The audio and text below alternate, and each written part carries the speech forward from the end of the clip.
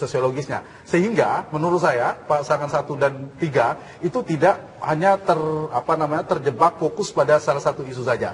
Itu hal yang menurut saya penting ya. Yang kedua, bahwa 3 Bang Ruhut di tanda petik ya diserang itu agak wajar karena petahana. Kalau petahana diserang oleh penantang itu kan wajar. Jadi yang satu lanjutkan, tadi Pak Jarod menutupnya pekerjaan kita pada desa Cedar belum selesai. Nah, lanjutkan kira-kira. Yang beda cara menyerangnya, pakai umpan lambung. Yang kedua, yang ini kan menawarkan perubahan. Tinggal perubahannya seperti apa itu? Perubahan yang ini dan itu. Nomor 2 jadi sensi itu yang harus dimunculkan. Jadi sensi Tapi banget. kalau diserang survei, memang betul. Kalau lihat tren, saya sampaikan Mas Derajat ya data yang saya belum jawabkan. Nomor 1 itu memang bisa jadi seperti kurva. Kurva itu kan begini. Naik melejit, tapi kalau tidak hati-hati dia setelah stuck dia akan turun.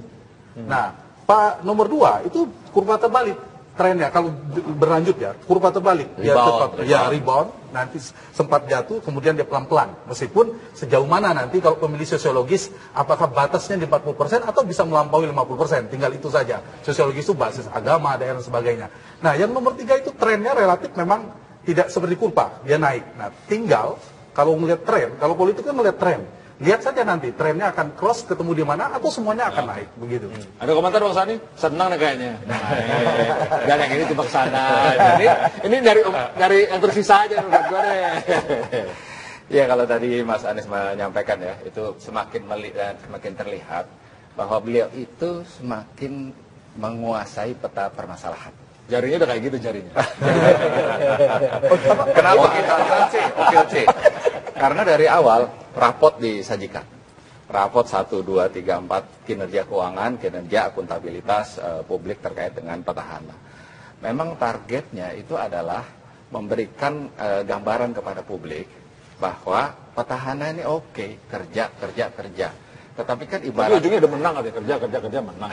Ibarat anak sekolah itu udah dikasih kesempatan untuk belajar, kemudian ujian. Nah, ujian itu kan bisa dapat A, bisa dapat B, which is good.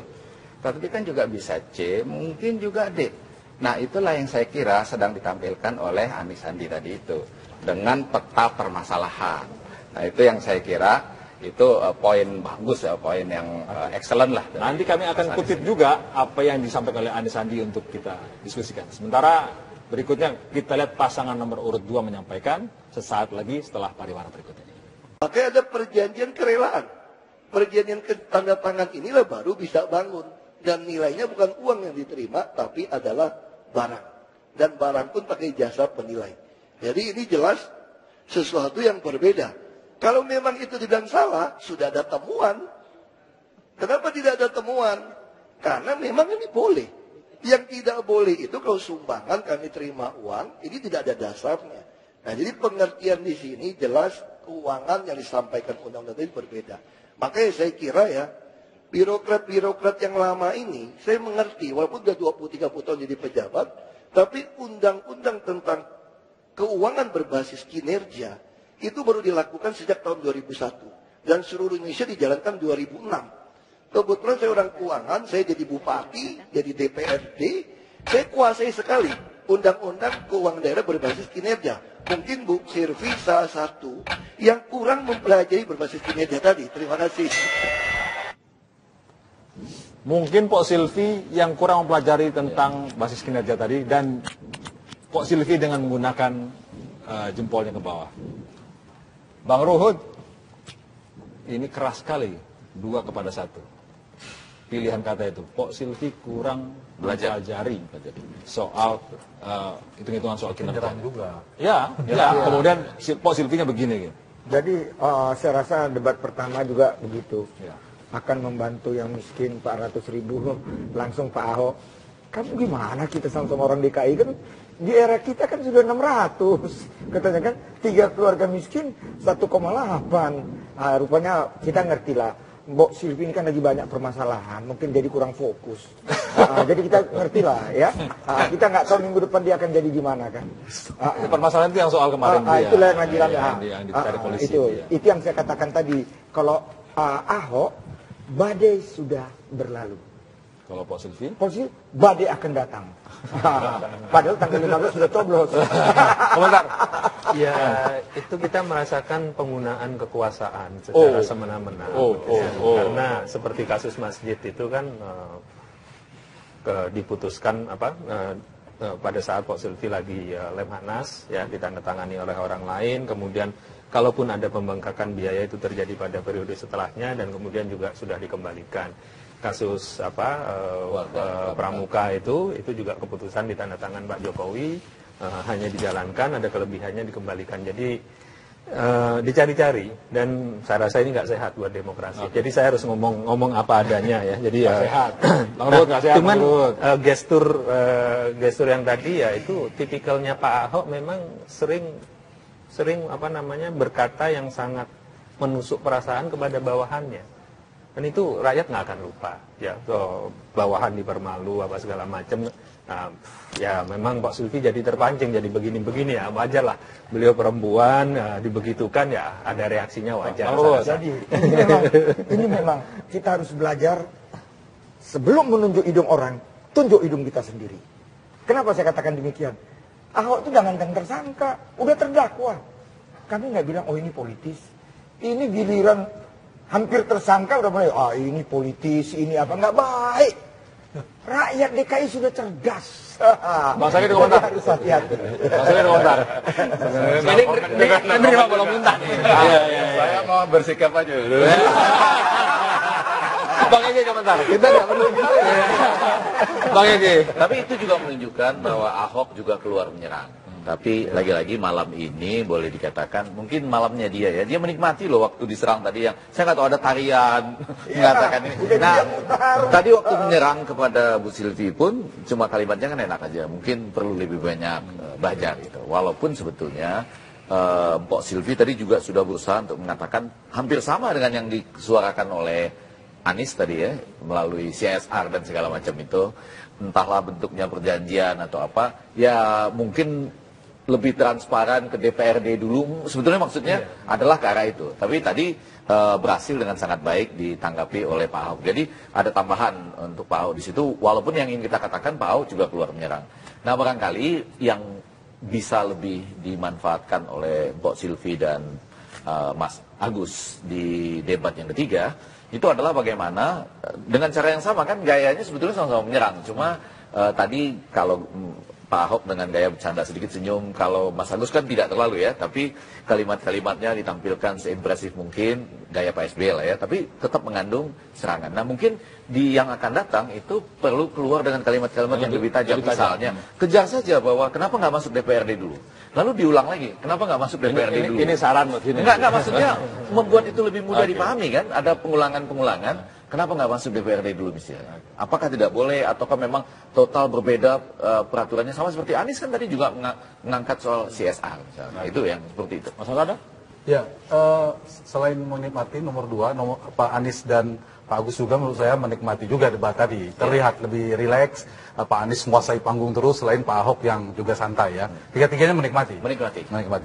Lalu saya punya catatan ya, ada kekuatan dan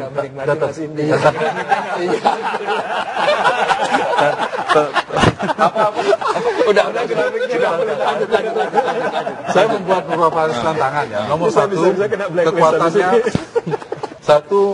dari pemilih rasional mungkin ya. Ada program di nomor 1 itu kan jelas ya. Dia mengulang ketika munculkan BLS ya.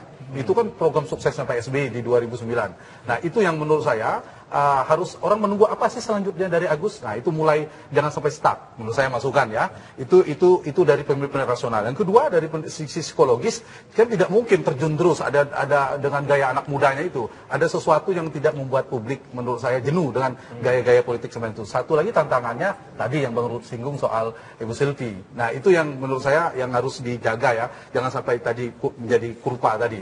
Yang kedua untuk pasangan nomor 2 memang kenapa dia relatif bisa recovery elektabilitasnya, harus diakui komunikasi menjadi kelemahan nomor 2. Sekarang sudah mulai dipersepsikan publik relatif lebih santun. Jadi bisa menjaga emosional dan seterusnya. Yang kedua juga memang punya kekuatan dalam kinerja ya, tanda petik pemilih rasional bisa diambil sana. Meskipun tantangannya adalah pemilih sosiologis. Kalau kemudian pemilih Jakarta datanya menyatakan 60% mempertimbangkan faktor-faktor sosiologis, misalnya agama, itu akan menjadi tantangan menurut saya untuk dikomunikasikan. Sementara nomor 3 itu jelas dari sisi psikologis keunggulannya sama dengan nomor 2 dalam debat-debat. Pak Anies itu adalah figur yang menguasai panggung. Nah itu jangan sampai hanya berputar pada itu yang ditawarkan kepada publik, karena orang sudah tahu itu kekuatannya. Tetapi di sisi yang lain program-program hentakannya, yang itu mungkin bisa dibaca trennya mulai baik itu hentakan ketika lapangan pekerjaan seterusnya, dan sudah mirip dengan nomor 1 yang ketika ada efek kejut itu. Satu lagi menurut saya adalah terakhir untuk pemilih nomor 3 itu berhasil tanda petik dia menunjukkan identitas pemilih sosiologis. Jadi lebih mempersepsikan pemilih, tanda petik pemilih muslim misalnya, itu simbol-simbol itu dimunculkan. Suka atau tidak suka, pemilih Jakarta terbelah. Meskipun ada berbagai macam aspek, dia preferensinya karena rasionalitas pemilih itu macam-macam. Ada basisnya karena kinerja, karena rekam jejak, dan itu rasionalitasnya. Yang kedua karena dianggap muda, ganteng, tegas, dianggap santun, itu pemilih, rasionalitas pemilih juga harus dilihat. Dan yang ketiga adalah soal dia mewakili identitas, dan itu ketiga kelompok itu sama kuatnya menurut saya di Jakarta. Oke, kita ingin tahu gaya seorang Anies dan Sandi sesaat lagi setelah pariwara berikut ini. Itu kekuatannya justru di sosiologis dan rasional. Nah itu yang menurut saya, yang tadi saya komentarin pada nomor 3, itu adalah harus tepat kalau nyerang. Jangan-jangan Bang Ruhut tadi berpesta, terpetik dia tambah suka karena terkonfirmasi kinerjanya. Nah mungkin itu koreksi bagi pasangan nomor 3 ke depan. Meskipun kalau soal gaya komunikasi orang sudah paham ya, Anies yang ternyata menguasai panggung. Tapi yang menarik sedikit lagi, Anies ternyata tidak hanya dikesankan santun, normatif, ternyata dia juga bisa tegas, bisa keras, tidak normatif, dan bisa berani mengatakan itu. Jadi sudah bertransformasi menjadi seorang politisi lah paling tidak. Tidak dosen seperti saya. Masih ada satu segmen, karena kita ingin tahu apakah mungkin ada perubahan gaya pada diskusi ketiga nanti. Ada isu birokrasi dan penataan kota. Nah, kemudian tentu ada hal-hal detail yang disampaikan, isu ekonomi, isu tata kota tadi. Saya sudah berikan contoh ya, 1 miliar 1 RW itu bisa dipakai untuk penataan kota. Ya, jadi yang dibangun Mas Agus adalah itu adalah berangkat dari pondasi di bawah, itu naik ke atas. Ya. Dan ini harus bersama-sama. Makanya semboyan yang dipakai itu adalah Jakarta untuk rakyat. Jadi bukan untuk pengembang reklamasi, bukan untuk kelompok yang kerjaannya main Twitter, kerjaannya jadi troll, enggak. Jakarta untuk rakyat. Itulah pesan utama. Itu kalau bola itu mestinya catenaccio itu kalau Italia itu. Jadi 5 di belakang, 1 di depan saja gitu ya. Bagaimana dengan paslon nomor urut 2? Apakah mungkin ada perubahan? Kalau kita ya yang saya katakan awal tadi, mengalir, saya rasa faktanya dengan Ahok seperti yang kemarin dan sekarang, ya, bahkan dia sampai bisa mau mere ini kan tarian yang disenangi ibu-ibu, termasuk istri saya, ya. Orang melihat. Jadi saya rasa ini akan kita pertahankan, dan Ahok memang kita bisa lihat. Begitu juga Pak Jarod. Saya lihat tadi Pak Jarod baik sekali, ya. Bahkan dia katakan tanggal 15 jangan takut. Memang nggak perlu takut, kita bangga di Indonesia, ideologi kita Pancasila, ya, Pancasila. Tapi saya nggak tahu yang lain ya, tapi istimewa yang Kang Derajat, aku rasa bisa juga berubah. Kenapa?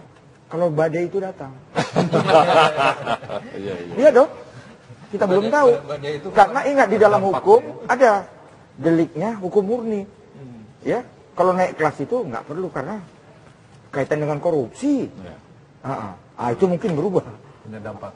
Punya dampak. Itu kalau bola itu berarti 4-3-2-1 mungkin ya.